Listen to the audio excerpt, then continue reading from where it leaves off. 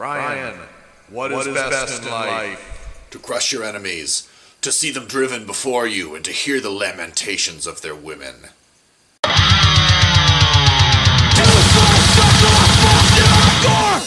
Greetings, Suicidalists! Here we are on another beautiful Friday, and here I am with another movie I think you're going to be interested in. This week we're going to take a look at a movie that I can't even believe exists. Not that it's terribly extreme or even a little bit controversial, but this is a movie that the Disney company probably should have stomped out with its legal boot long ago, and yet you can still catch up with it on video demand should the mood strike you. I'm talking about Escape from Tomorrow from director Randy Moore, and in just a couple of minutes I'm going to tell you all about it, but first, how about some hotness?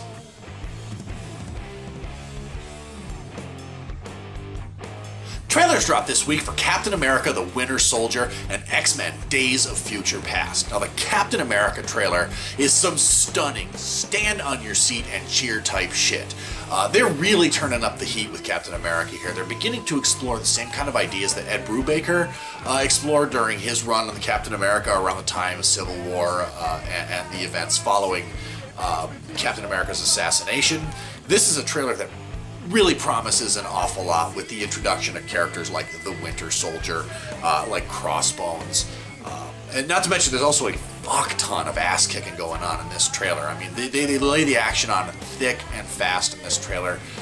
I am very, very excited. This is a movie that I have very high hopes for, and it had better deliver. Days of Future Past, on the other hand, I seem to be the only person on the internet who's just not terribly interested in this one. And maybe it's just because, I would really like to see Marvel and Disney get the mutants back under their control, sort of weave them into their own movieverse, because the mutants have always been my favorite thing. Not to mention the fact that Days of Future Past, from the Chris Claremont, John Byrne run on Uncanny X-Men, is probably my favorite arc of all of those comics. So I don't know, maybe I just got sour grapes. There's plenty of angst and struggle going on here. The cast looks really good. It weaves in the cast of the original X-Men trilogy, not to mention these sort of origin stories like First Class. You see them all together in one movie. But I don't know, there's something about it that just completely failed to grab me, and for whatever reason, they're still holding out on the Sentinels. American Horror Story is back, at least. We're back in season 3, the first few episodes. Won't lie, not bad so far. It's a welcome change after last season's kitchen sink approach to horror on television, where they basically threw 1 million plot threads at us at once, and they couldn't even keep them straight, let alone us keep them straight. And in the end, it didn't really matter because none of it really tied together anyways. But this year is a much more restrained affair. Season 3 has managed to walk a tightrope that American Horror Story is sort of trying to find its footing on, where it's zany and it's outrageous and it's crazy and wild, but this time they don't necessarily want it to take a nosedive into crazy town. So they're keeping it pretty tight. It's a very restrained affair this time around. I'm really liking this whole Witches in New Orleans thing that they're trying out. It's still pretty nutty. The cast is great. There's a couple of new people in the cast, Kathy Bates and Angela Bassett, not to mention series regulars Evan Peters and Jessica Lange, who's basically been the flagship actress in the series since the beginning. This is a show that, in spite of its shortcomings, I'm really fascinated with the idea that each season tells a different story with different characters played by the same actors. I think that's kind of a ballsy, bold move. You don't see that. I've never seen that on TV before. If you've seen something like this, put it down in the comments. Let me know. I like where it's going. It's going to be interesting to see where this one winds up. I can kind of hope that they really hold on and keep doing what they're doing, because so far it's been pretty good. And lastly, before we get to the Escape from Tomorrow review, have you seen the Dracula Pilot? Is this shit not bananas? I'm at a loss to explain this show to people. Dracula is risen from a vampire's burial to get revenge on this cabal, this secret society of wealthy London socialites who, don't like vampires or something. There is a lot going on in this first hour of TV, and it's a lot to keep track of. It's a very loose adaptation of Stoker's original story. The characters are all in there, but basically in name only. I have no idea where this show is going. It's going to be interesting based on this first episode alone, just to see how they manage this violence and sexiness on network TV, because NBC has to adhere to certain FCC regulations that, FX does not. So it's going to be interesting to see where this goes.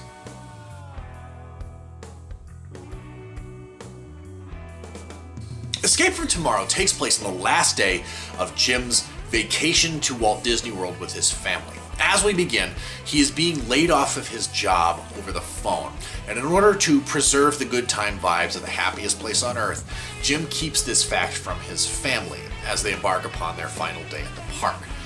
On the monorail over to the park, Jim encounters a pair of French teenage girls, and he becomes a bit obsessed with them. Throughout his day, he's continuously crossing paths with them until he finds himself consciously following them around, feverishly trying to keep up with them while dragging his poor son around with him. Meanwhile, Jim's mental state begins to come unglued as he's seeing strange things around the park that certainly don't jive with the rules and conventions of reality. For instance, the faces on the It's a Small World puppets begin to take on a very sinister cast. At one point, his wife seems to look him in the eye and declare her hatred for him.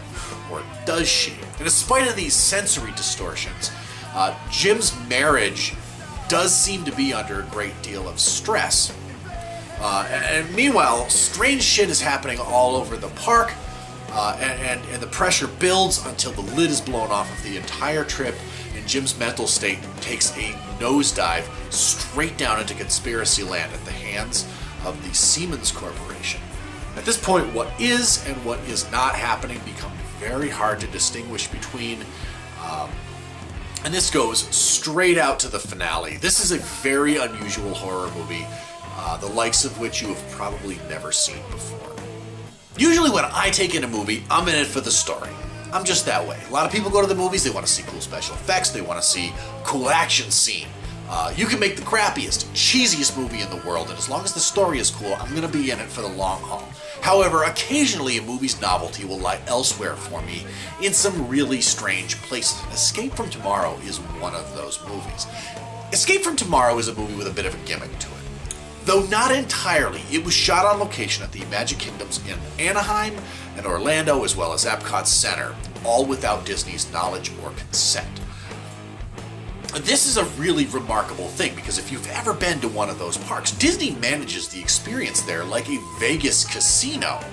Banksy tried to pull this stunt with Exit Through the Gift Shop, and he and Mr. Brainwash were shut down by park security and dropped like the freaking Gestapo. But Randy Moore's guerrilla filmmaking techniques went completely undetected, and in the end, he had the balls to release this movie in spite of Disney taking objection, as they should. See, Disney manages their image as the happiest place on earth very carefully, and Moore's film actually casts the Magic Kingdom in a really sinister light.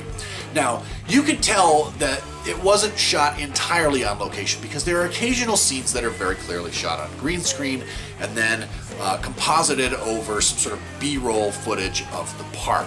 However, there's just as much footage and scenery that happens with the cast taking their actions in a crowded park, in the resorts and the hotels, without the knowledge of the crowds around them.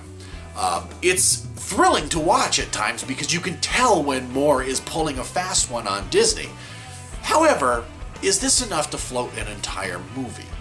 Escape from Tomorrow is really unique in its craft. You're not likely to find another movie like it anytime soon.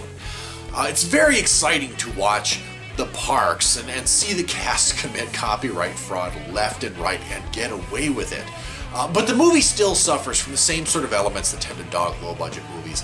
Those being a sort of wooden, awkward cast reciting some pretty dodgy dialogue. There's nobody really in the cast that you can ever really connect with either. This is a sort of important element to any movie, to me at least.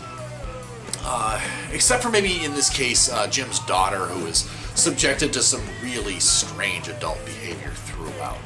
Jim, our main character himself, is a real creep.